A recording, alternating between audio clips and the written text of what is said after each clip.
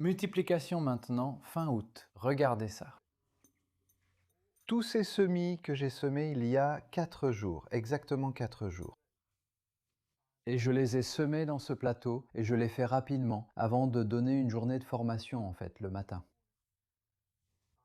Et déjà, à partir de ce seul plateau, nous avons repiqué hier 9 et 15 semis de là.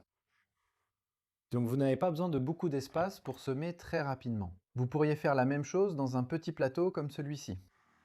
Et ensuite, repiquer, qu'est-ce que ça veut dire? J'ai justement un petit outil ici. Vous soulevez les jeunes plants et vous voulez le faire quand ils sont petits. Ça marche vraiment bien quand ils sont petits comme ça parce qu'il n'y a pas trop de racines et c'est très rapide et facile de les déplacer d'une barquette comme celle-ci vers des barquettes comme celle-là.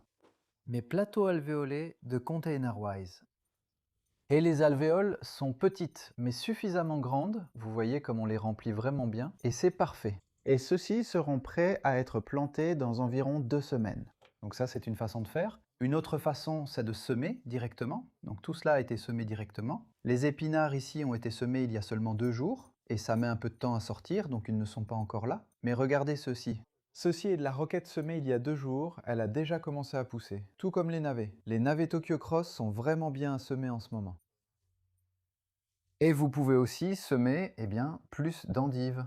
Le chou cavalier est vraiment une bonne option. Il pourrait y avoir une pénurie de choux d'hiver cette année, mais le chou cavalier vous donnera des feuilles tout l'hiver. Gardez-les sous filet tout l'hiver. Persil, coriandre, aneth, herbes, c'est vraiment le bon moment pour les semer maintenant.